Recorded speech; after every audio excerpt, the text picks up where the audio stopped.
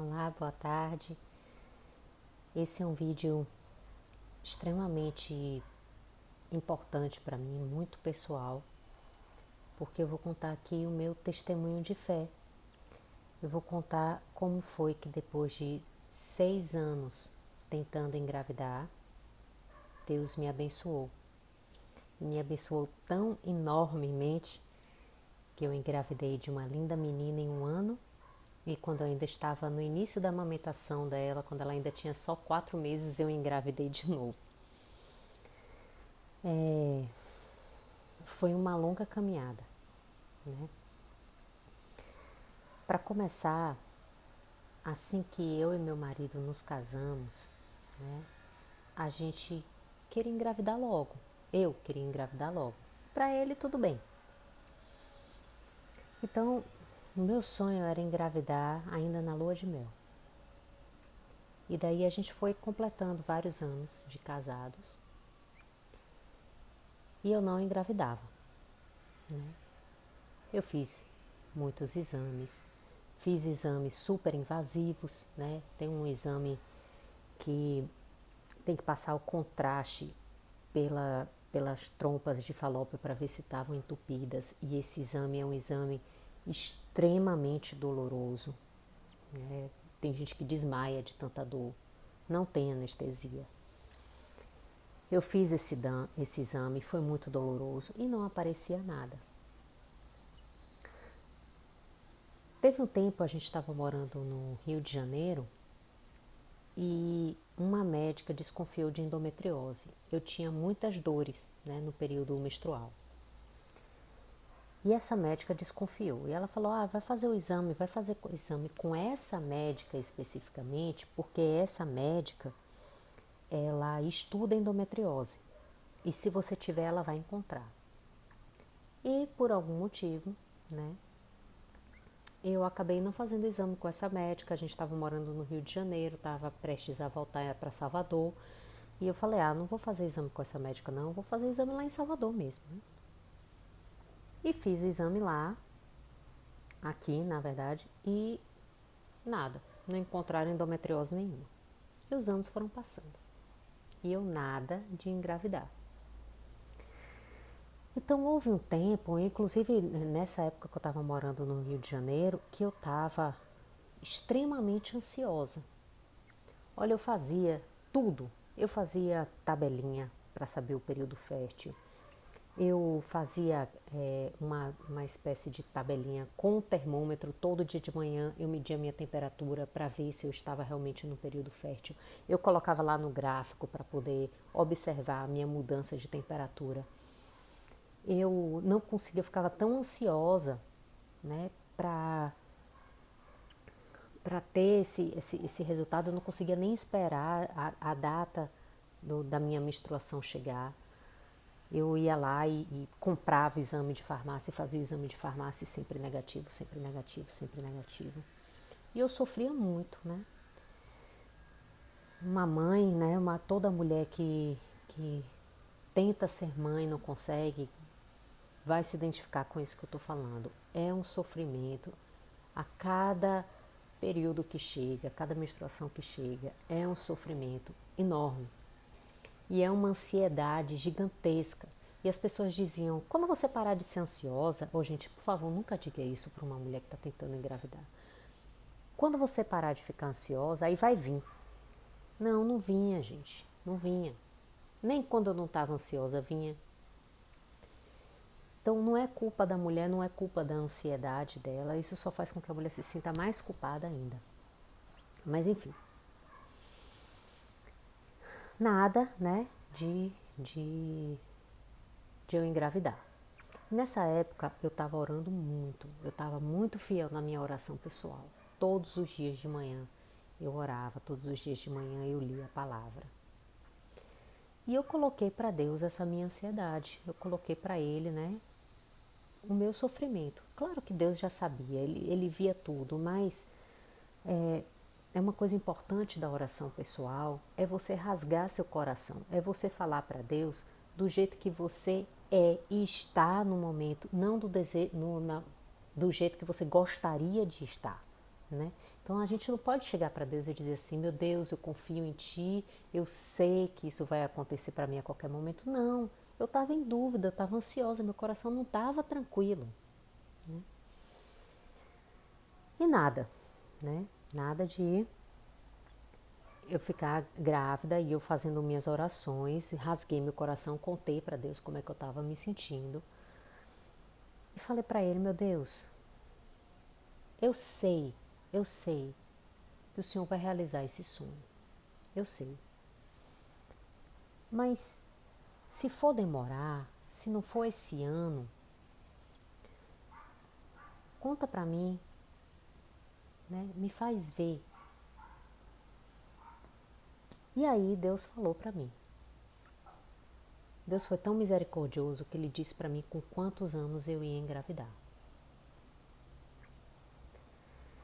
E assim, Ele falou, você vai ser com 38 anos de idade. Eu não quero entrar aqui no mérito de dizer como foi que Deus me revelou isso, porque essa conversa de você escutar a Deus de verdade, de Deus te revelar algo, não pode ser confundido com adivinhação. Profecia não tem nada a ver com adivinhação. E é muito difícil para nós, né? Para mim também, é muito difícil a gente conseguir calar a voz do nosso desejo, esvaziar a nossa mente e escutar Deus. É muito difícil. Então, a voz da gente se confunde muito com a voz de Deus na nossa cabeça, porque na verdade a gente quer escutar o que a gente quer escutar. Então, eu escutei a palavra de Deus me dizendo isso porque eu estava mergulhada em muita oração pessoal. Eu estava fazendo meditação todos os dias. Meditação é extremamente importante para você mergulhar no silêncio da sua mente, para você se esvaziar dos seus desejos. Sabe aquela música de Gilberto Gil que ele fala: se eu quiser falar com Deus, eu tenho que calar a voz dos anseios, dos desejos. Isso é extremamente verdadeiro. Para conseguir escutar a Deus, é preciso se calar. E se calar não é só calar a boca, é calar os pensamentos, é calar os desejos, é calar os anseios. E eu estava com essa profundidade de relação com Deus, de intimidade com Deus, né? Eu escutava a voz de Deus. E quando eu recebi essa notícia, foi uma notícia que me deixou extremamente feliz, né? Porque Deus confirmou de que eu engravidaria, de que eu seria mãe. Mas também um pouco frustrante, porque era para alguns anos lá na frente. Eu ainda ia passar alguns anos sem engravidar. E aí, eu lembro que na minha oração, Deus até falou assim, vai lá, conversa com a tua tia, né? Que é a minha tia, eu tenho uma tia que é... Tinha uma tia, ela faleceu, mas eu tinha uma tia-avó que é freira. E eu ia visitar ela toda semana lá no Rio de Janeiro. Era uma pessoa de extrema alegria, de extrema felicidade. Você se sentia feliz só de estar do lado dela. Então eu ia lá toda semana. E quando Deus me disse isso, que ela ia confirmar, eu entendi comigo assim, ela vai dizer que você vai ficar grávida, né? Só que quando eu conversei com minha tia sobre isso, ela falou assim, não é agora. Então ela fez uma confirmação exatamente da parte que eu escutei de Deus e que eu não queria, né? Mas enfim, eu guardei tudo isso em meu coração. E a minha ansiedade acalmou, né? Porque eu sabia que não ia ser naquele momento que eu ia engravidar. E os anos foram passando. Deus falou que seria com 38 anos. Se eu não me engano, eu estava com 35 quando isso aconteceu. Passou 36 anos, 37 anos. Não, eu estava com 34 anos. Eu não tenho muita certeza não, gente, mas foi por aí. Eu guardei por alguns anos isso em meu coração. Pois bem, quando o tempo foi passando, né? E eu fui morar com meu marido na Austrália. E depois a gente veio aqui no Brasil de visita, né, para passar férias. E nessas férias eu voltei a fazer o exame, o tal do exame da endometriose, né? Que todo ano a médica mandava eu fazer esse exame. E aí eu fiz o exame, que era uma ultrassom. E dessa vez foi revelado, e eu estava com 37 anos de idade, foi revelado uma endometriose profunda, né? Um foco de endometriose enorme. E aí eu fiquei extremamente abalada, claro, né? Eu estava com 37 anos, a profecia seria que isso aconteceria aos 38. Então eu estava vendo a hora de tudo que tinha acalmado meu coração durante esses anos, que era a certeza de que com 38 anos, antes dos 38 anos eu engravidaria. Eu estava vendo a hora de isso morrer, né? De toda a minha esperança ir por terra. Pois bem, aí o tempo foi passando, né? Eu voltei para a Austrália, eu não tive tempo de ir no médico aqui apresentar, eu fiz o exame, mas não tive tempo de voltar no médico. E aí eu pedi a minha mãe para levar para o médico para mim, a gente fazer uma videoconferência, né? E aí o médico falou, olha, Carol, eu não vou ficar falando que é uma doença que está grave, né? Para não deixar esse assunto ainda mais doloroso do que o que ele é para você. Mas é uma endometriose profunda, ou seja, é grave, né? Eu pensei. E o tratamento ele é longo. E a sua idade está ficando cada vez mais avançada. E eu não estou vendo muita possibilidade de você engravidar naturalmente. Eu, se fosse você, já partiria para procurar um médico de fertilização in vitro. Quando ele falou isso, meu mundo caiu. Meu mundo caiu. Porque eu falei, eu não vou engravidar antes dos 38 anos, como Deus prometeu. E além do mais, eu não tinha dinheiro para fazer uma fertilização in vitro. E mesmo se eu conseguisse dinheiro, nada é garantido de que a fertilização in vitro vai funcionar de primeira. E eu não ia poder conseguir a segunda, né?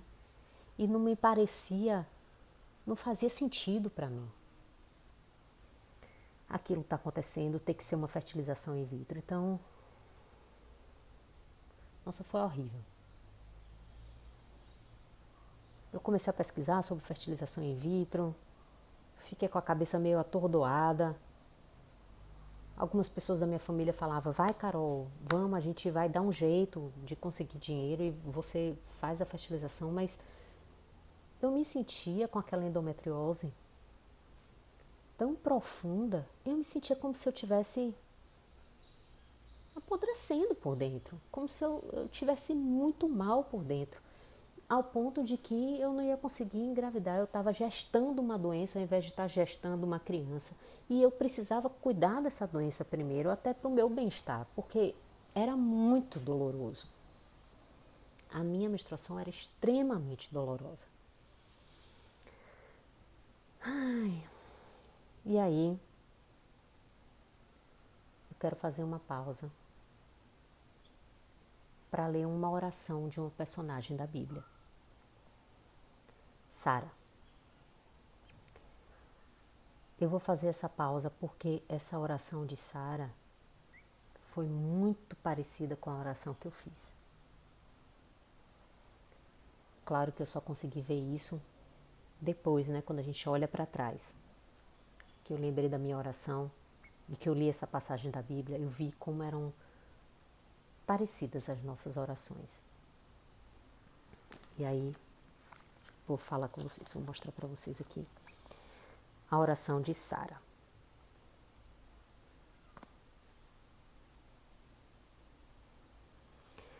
Teve a oração de Tobi, né? E ao mesmo tempo aconteceu a prece de Sara. Então tem assim, aconteceu que precisamente naquele dia, no dia da oração de Tobi, Sara, filha de Raguel, em Ecbatana, na Média, teve também de suportar o ultraje de uma serva de seu pai. Ela tinha sido dada sucessivamente a 7 maridos. Mas logo que eles se aproximavam dela, um demônio chamado Asmodeu os matava. Tendo Sara repreendido a jovem criada por alguma falta, esta respondeu-lhe: Não vejamos jamais filho nem filha nascidos de ti sobre a terra. Olha que maldição. Foste tu que assassinaste os teus maridos. Queres porventura matar-me, como mataste todos os 7?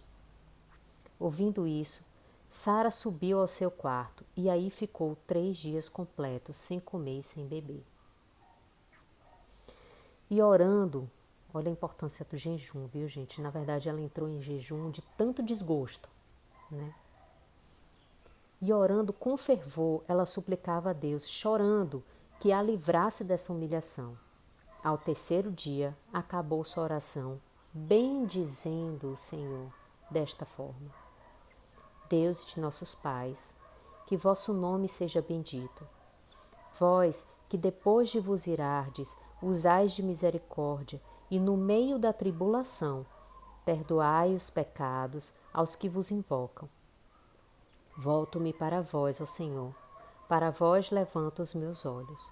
Rogo-vos, Senhor, que me livreis dos laços desse opróbrio, ou então que me tireis de sobre a terra. Vós sabeis que eu nunca desejei homem algum e que guardei minha alma pura de todo mau desejo. E aí ela segue, né, a oração dela e fala assim: não está nas mãos do homem penetrar os vossos desígnios, né? Não cabe a nós entender os caminhos de Deus. Mas todo aquele que vos honra, tenha certeza de que sua vida, se for provada, será coroada. Que depois da tribulação haverá a libertação, e que se houver castigo, haverá também acesso à vossa misericórdia, porque vós não vos comprazeis em nossa perda. Após a tempestade, mandais a bonança. Depois das lágrimas e dos gemidos, derramais a alegria. Ó Deus de Israel, que o vosso nome seja eternamente bendito. A oração que eu fiz para Deus foi o seguinte: antes eu conversei com meu marido, eu falei para ele que eu não tinha mais vontade de viver, que eu estava sofrendo muito. E eu lembro que meu marido, ele ficou chocado na hora, muito perturbado e sem saber o que fazer. E o que ele disse para mim foi assim: mas amor, você, a coisa que é mais característica sua é a sua alegria. Você é uma pessoa tão alegre, você é uma pessoa tão feliz. Como é que pode você perder a vontade de viver? Mas era isso que eu estava sentindo. E aí, em oração, eu disse a Deus: meu Deus, eu quero te pedir que mate uma coisa em mim. Ou o Senhor mata em mim a minha vontade de ser mãe. Eu quero simplesmente acordar dessa noite e não ter vontade de ser mãe. Ou você mata em mim a doença ou qualquer coisa que esteja me impedindo de ser mãe. Ou você me mata, tira a minha vida, me leva daqui. Porque eu não consigo mais conviver com a dor de desejar profundamente ser mãe e uma doença que me impede.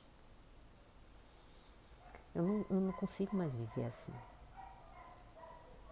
Então, essa minha oração eu achei muito parecida com a oração de Sara, porque ela também pede isso a Deus: ou tira essa humilhação de mim, ou então me tira a vida. Porque não dá mais para viver assim. E aí eu dormi. E quando acordei, obviamente, né, eu continuava doente. E eu continuava desejando ser mãe. E como eu acordei, eu continuava viva, né? Mas alguma coisa em mim tinha mudado. alguma coisa em mim tinha mudado tão profundamente que eu nem consigo explicar. E o que faz mais sentido aqui para eu tentar explicar a paz profunda que estava dentro do meu coração é uma outra passagem da Bíblia. Que, se vocês me permitem, eu vou ler um evangelho agora.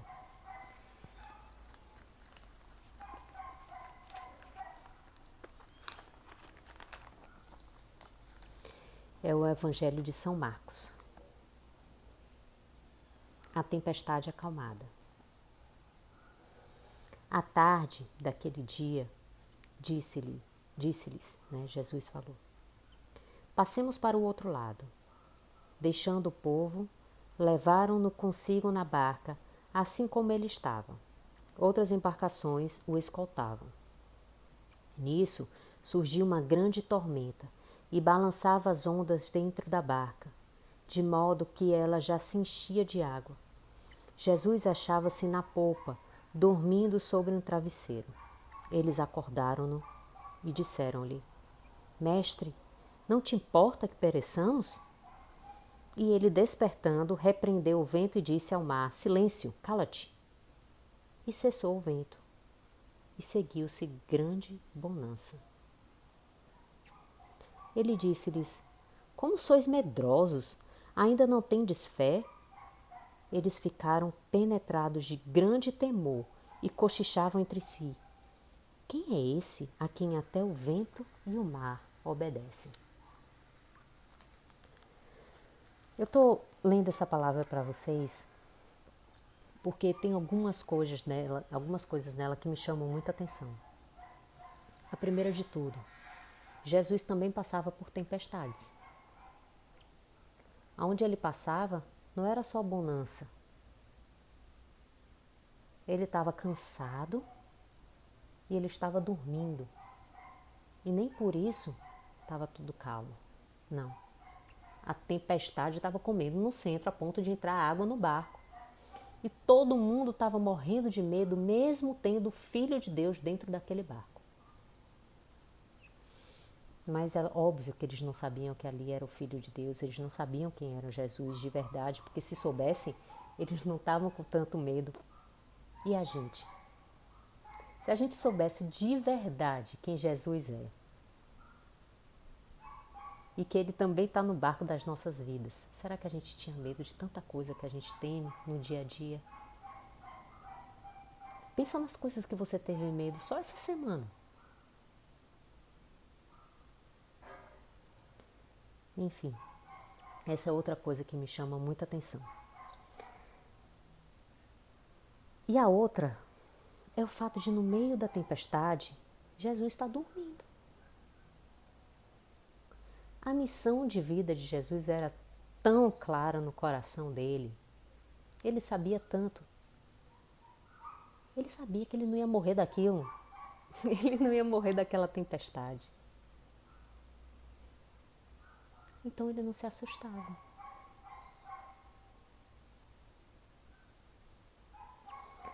E aí? Quantas vezes a gente passa por um monte de tempestade na nossa vida, que a gente tem certeza que a gente não vai morrer daquilo, mas a gente age como se aquilo fosse o fim do mundo.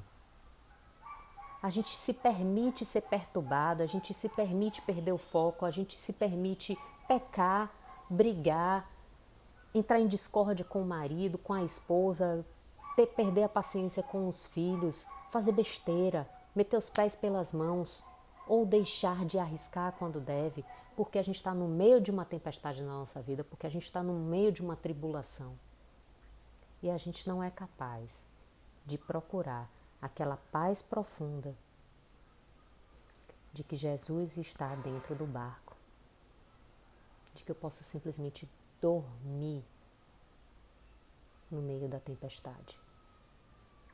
E dormir não significa não agir, significa não temer, significa estar em paz profunda e agir assertivamente. Porque Jesus, quando ele acorda e ele age, ele para tudo. cala a boca, mar, silêncio, vento. Tudo calmo. Fez-se uma grande bonança.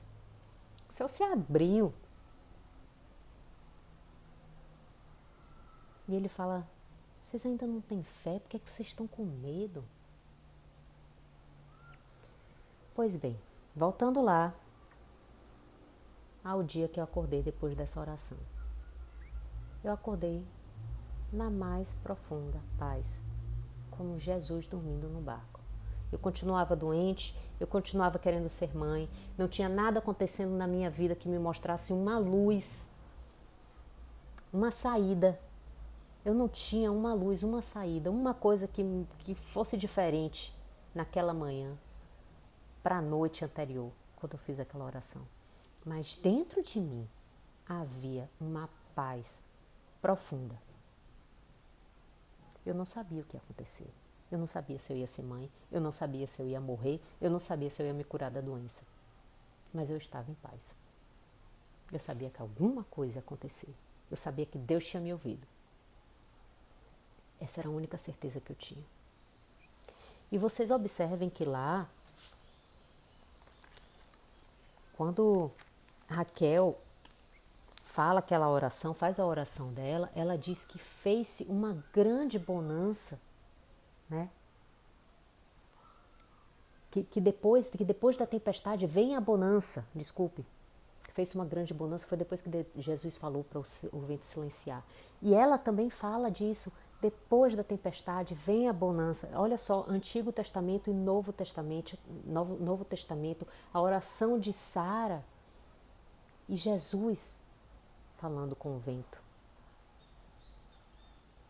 Essa promessa para nós de que depois da tempestade vem a bonança para aqueles que confiam em Deus, ela é muito antiga e ela se confirma no Evangelho o tempo inteiro.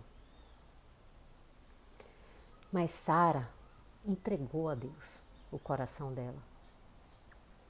Ela ficou lá 3 dias chorando, 3 dias sem comer e sem beber, de tanta dor que ela estava sentindo. Ela não fugiu da dor dela.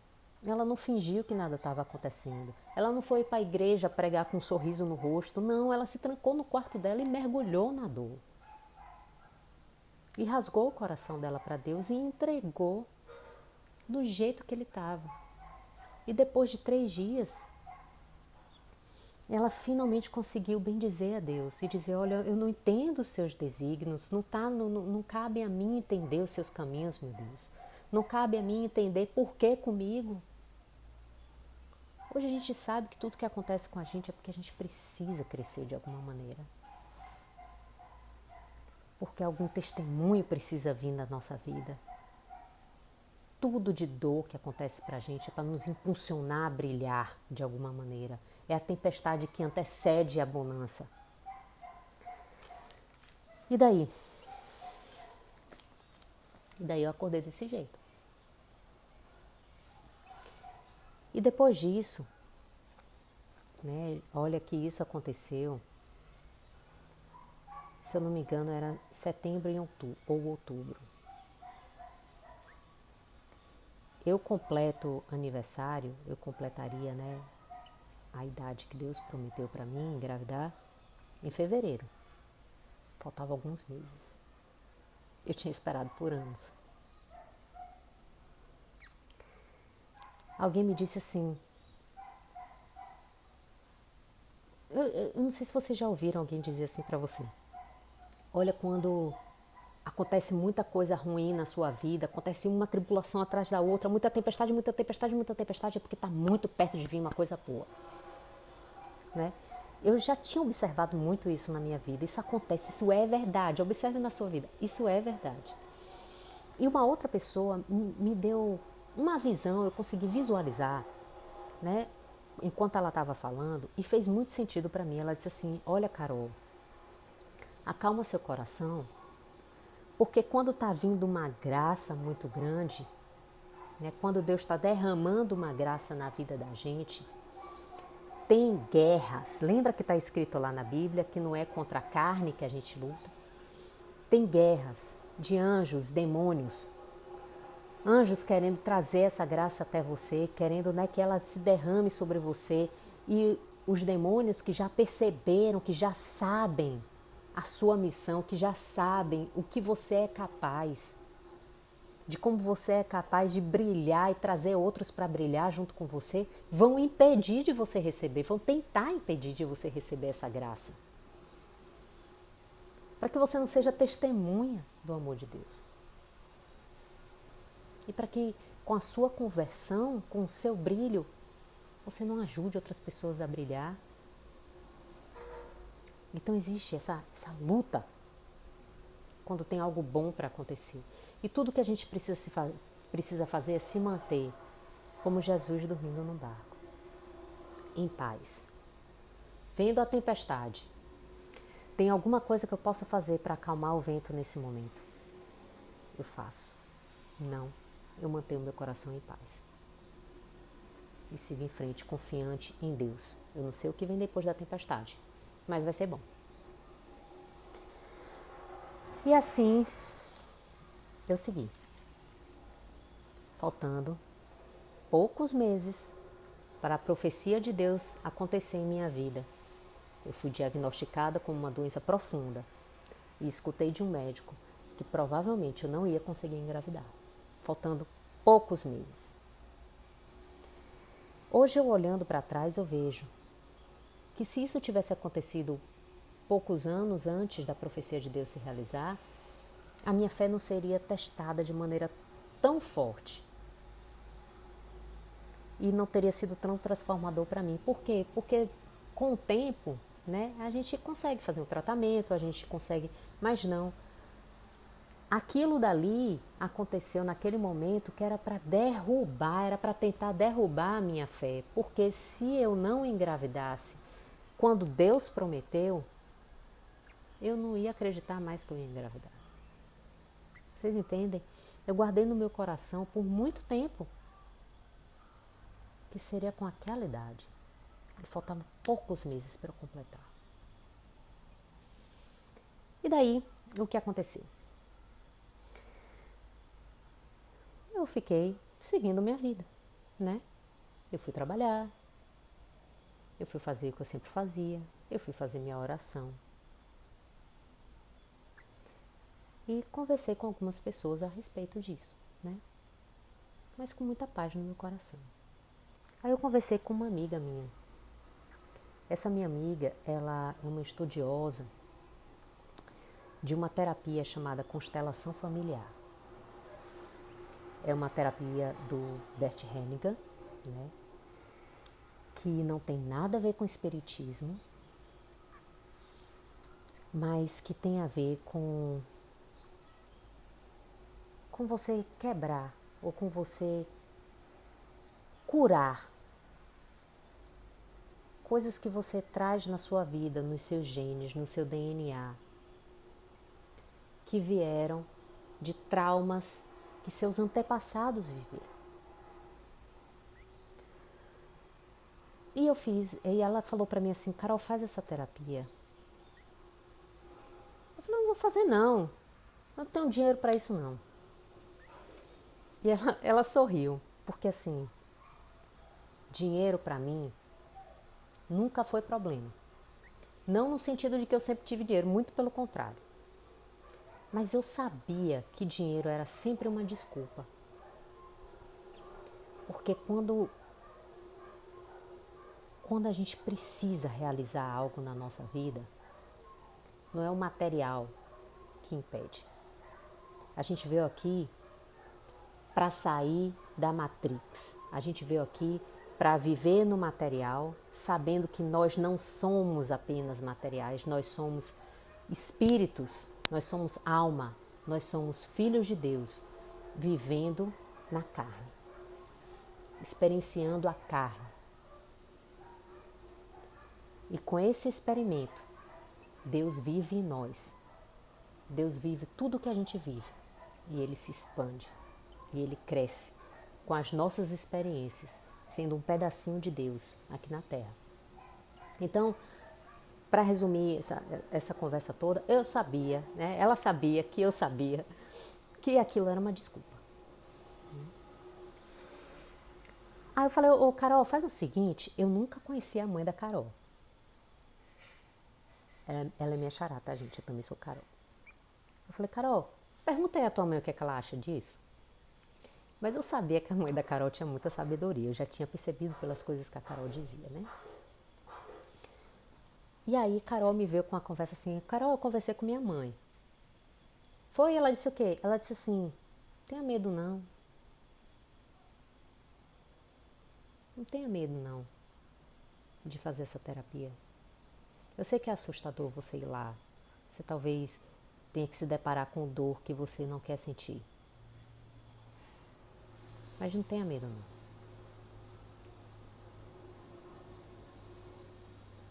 E vocês acham que eu me senti como? Quando ela falou isso? Pirada. Eu fiquei pirada. Gente, o meu temperamento é colérico, né? Eu sou aquela guerreira. Eu com medo, né? Eu falei, mas eu não tenho medo de nada não. Eu desliguei o telefone e falei, ela não sabe nada, né? Eu não tenho medo, não é por medo. Mas eu fiquei tão pirada, tão chateada. Aquilo mexeu tanto comigo, que eu falei, se mexeu comigo desse jeito, se me irritou, é porque é verdade. Né? Eu tinha essa clareza.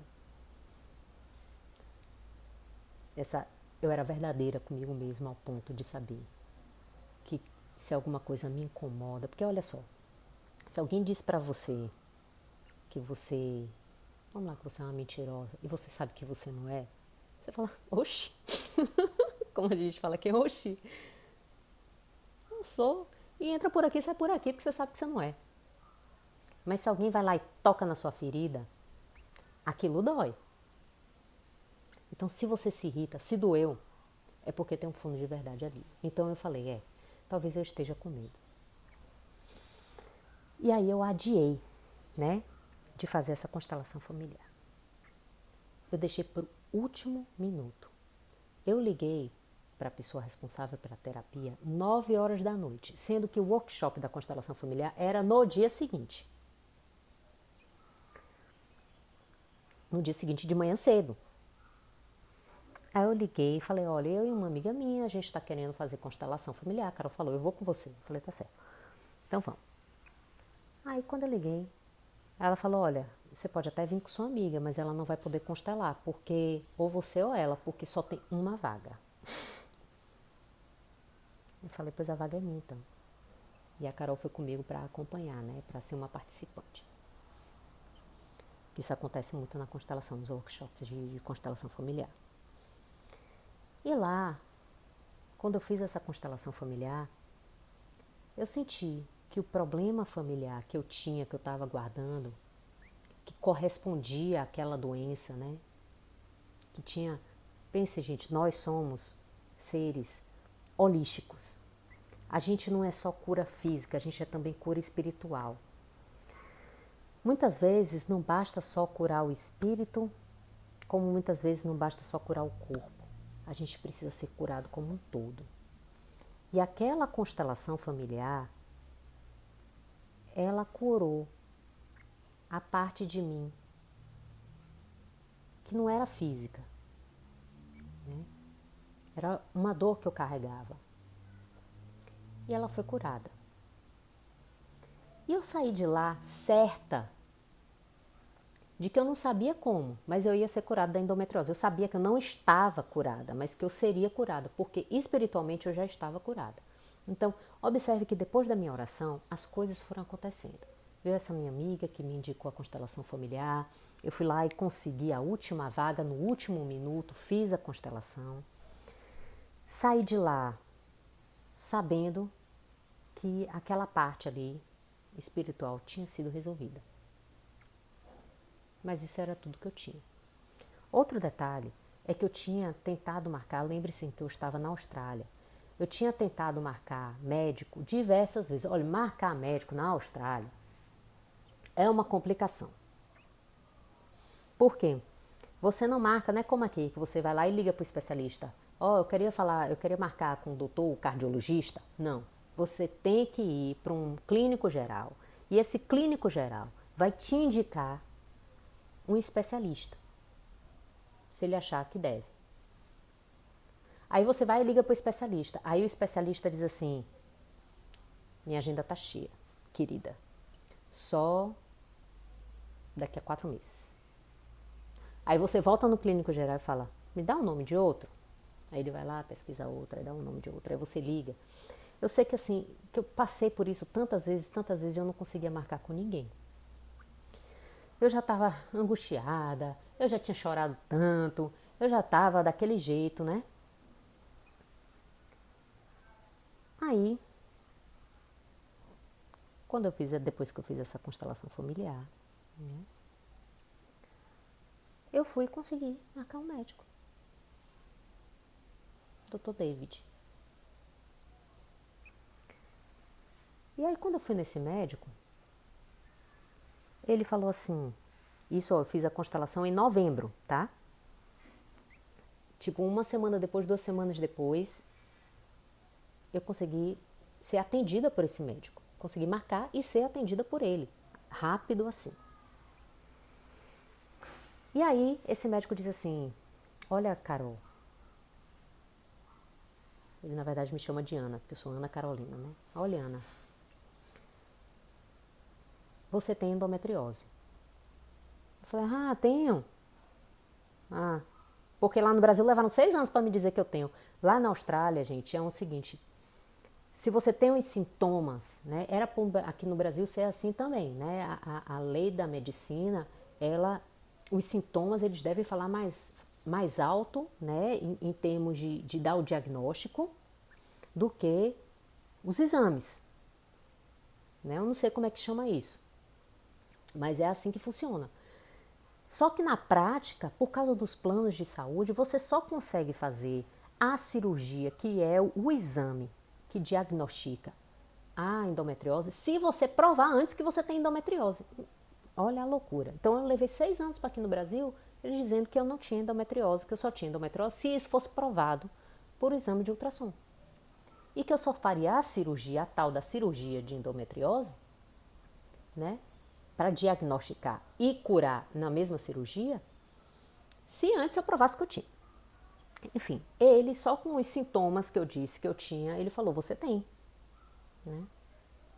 E eu ainda mostrei lá o exame, a ultrassom que eu tinha, que tinha um foco de endometriose, e isso em português e eu traduzindo para ele em inglês. Gente, eu tinha passado por tanta humilhação, olha, eu tinha ligado para médico e eu estava tão nervosa que eu realmente estava no broken English total, eu estava falando no inglês pior do mundo, porque eu gaguejava, eu não conseguia pronunciar as coisas direito. E tinha atendente que ficava corrigindo o meu inglês. Né? E eu, olha, foi horrível. E esse médico, ele foi tão bênção na minha vida, ele foi tão acolhedor, né? Para mim e para o Luciano. E aí eu ficava traduzindo para ele, né? Ele não exigiu que eu fosse para uma tradução, para um tradutor e tal. Ele foi me falando, olha, essa palavra significa o quê? Isso aqui o quê? Porque ele via os números, ele via quantos centímetros tinha de foco de endometriose e tal, e eu ia falando para ele, isso aqui é o quê? Isso aqui é um mioma, ele falou e tal. Vamos aproveitar e vamos olhar isso também, né? Durante a cirurgia. Eu vou fazer uma cirurgia em você, ele falou assim. E no mês seguinte você vai engravidar.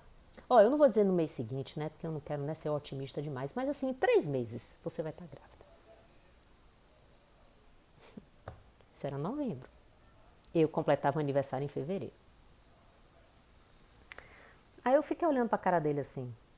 Ele falou, você não acredita em mim? Eu falei, doutor, tem 6 anos que eu tento engravidar. Como é que você me diz que você tem a cura disso e que daqui a pouco, né, eu vou estar grávida? Desculpa, mas eu só acredito lindo, né? Ele, você vai ver. E foi passando. Aí, eu tinha marcado a cirurgia, né? Para uma outra data, né? A cirurgia de endometriose.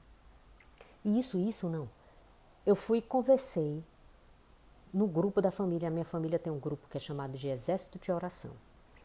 E eu coloquei isso no grupo. E quando eu coloquei isso no grupo, começou a aparecer um monte de profecia, inclusive de tia minha, dizendo, eu confirmo. E eu ainda te digo mais. No início do ano, Carolina, olha, esse bebê que vai nascer, lá para setembro, outubro, vai estar nascendo esse bebê.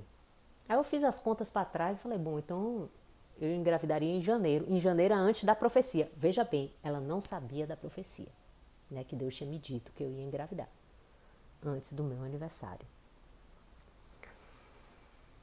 E que eu tinha guardado isso por muitos anos, né? Aí, antes do meu Pois bem, gente, fiquei sem espaço no celular para poder continuar gravando, tive que apagar umas coisas, estou de volta. Ajeitei até o cabelinho aqui.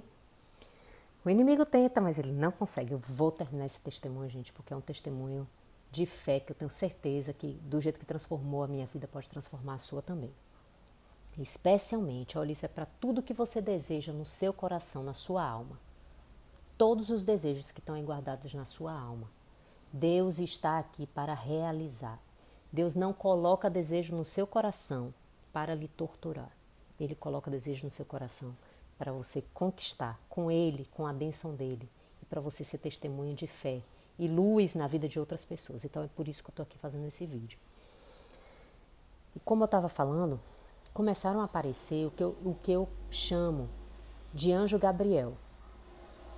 Começaram a aparecer pessoas na minha vida para poder me lembrar da profecia. Quer dizer, me lembrar não, porque ela estava muito viva na minha memória. Mas para testemunhar de que estava chegando, sabe? Estava chegando. Aí foi minha tia, foram outras pessoas. Teve gente que parou meu pai na rua para dizer, olha, vai acontecer uma coisa muito boa para o senhor agora, viu? No início do ano. E meu pai me falou. Assim, coisas foram acontecendo, pessoas foram dizendo, né? E eu guardando aquilo no meu coração, Mas, lembre-se que essa consulta com esse médico foi em novembro. Meu aniversário de 39 anos era em fevereiro. E Deus tinha prometido para mim, desde que eu tinha 34, 35 anos, de que eu engravidaria com 38. Então, na minha cabeça, porque Deus não é mentiroso, gente. Ele não fala 38 e daqui a pouco, pensando bem, vai ser 38, vai ser 39. 39 e 3 meses. Quase 38. Não é. Deus, se ele fala que é. Se ele falou que é 38, não é 39 e 3 meses. E faltava poucos meses para completar 39. Então, ou eu engravidava em poucos meses, ou a profecia de Deus tinha sido uma mentira na minha vida. E aí toda a minha fé, imagine, para onde iria, né? Que voz é essa? Quem foi esse que eu escutei, que não era Deus falando comigo? Que eu guardei no meu coração por tanto tempo. Então, o que eu sentia era uma dor tão profunda, né? Antes de fazer aquela oração, porque era um misto da dor, de ter um desejo profundo da minha alma, sem a possibilidade de realizar, sem eu enxergar a possibilidade de realizar. Então, esse conflito.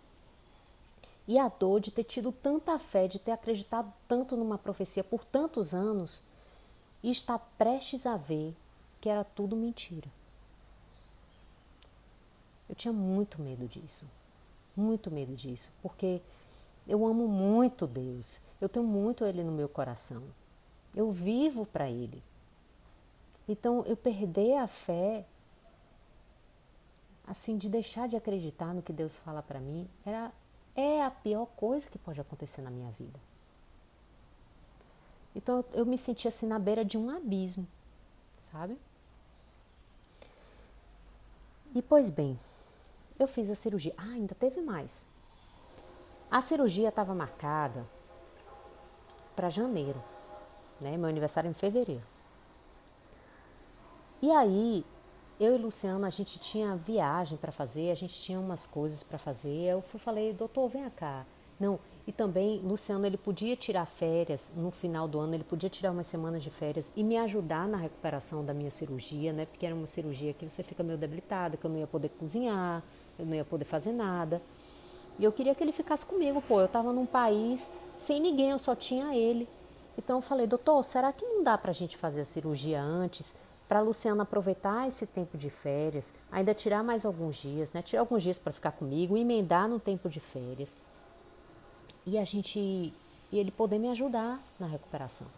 Aí o doutor falou assim, olha, Carol, se for para fazer essa cirurgia antes, tem que ser, era tipo assim, daqui a 15 dias.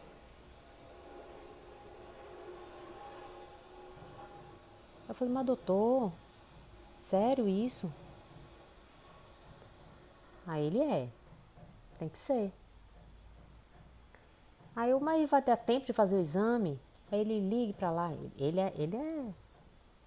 é bala, ele era ponta firme. Ele falou assim, ó, disse que sou eu, pode ligar lá e dizer que você tem uma cirurgia marcada. E aí a gente antecipou a cirurgia para o início de dezembro, né?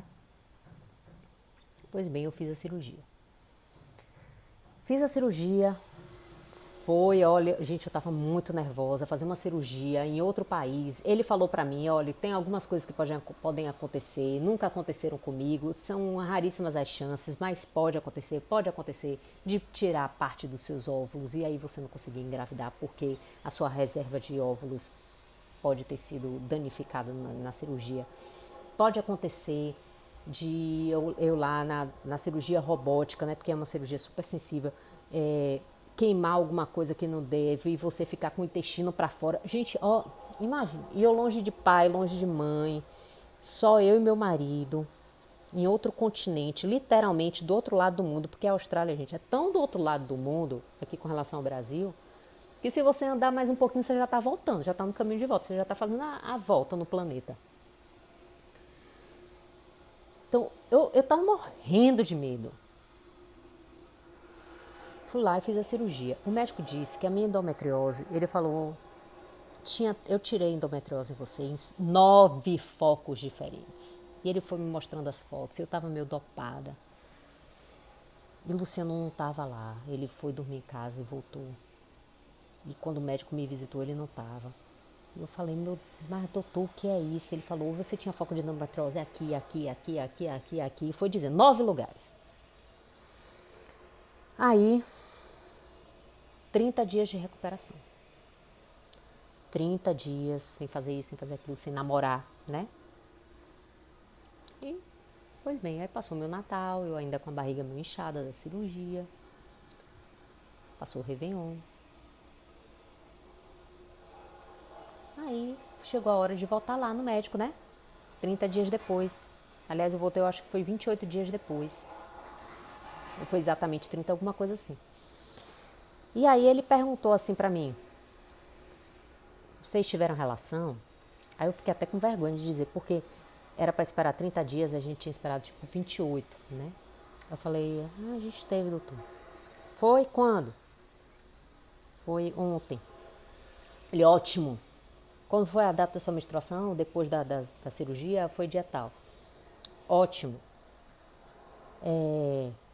Então hoje vocês não vão namorar, amanhã vocês namoram, depois vocês namoram, depois vocês namoram. Aí escreveu, eu guardo esse papel até hoje, foi a receita médica mais maravilhosa que eu já recebi na minha vida, são os dias que eu podia namorar. Aí tá lá, namora esse dia, namorou esse, agora namora esse e namora aqui. Tá bom. A gente fez o que o médico mandou, né? E eu engravidei. Eu engravidei em janeiro de 2019. Minha filha nasceu em outubro de 2019. Em fevereiro de 2019, eu completei 39 anos grávida.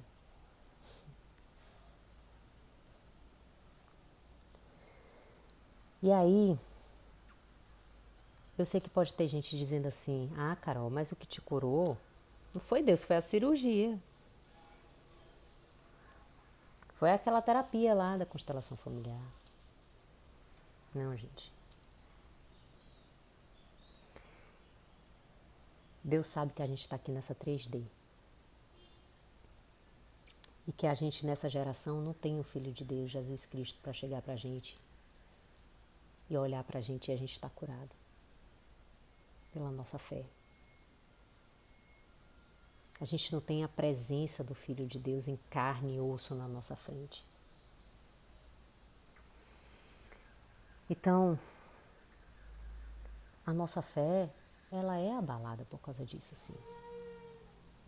E hoje, quando a gente é curado, muitas vezes a gente é curado porque Deus abre as portas de acordo com a nossa fé. Né? A gente abre as portas para Deus agir de acordo com a nossa fé. E as circunstâncias vão aparecendo. Uma terapia, uma consulta com o médico certo, a data certa. E eis que eu engravido. E tem mais uma coisa. Deus, quando Ele faz as coisas, Ele faz bem feito. Ele não faz mal feito, não. Eu não tive nenhuma sequela ruim na minha cirurgia. Eu fui totalmente protegida e abençoada e curada. De tal maneira que eu conheço gente, olha, lembra que eu tentava marcar os médicos e não conseguia? O Dr. David me explicou.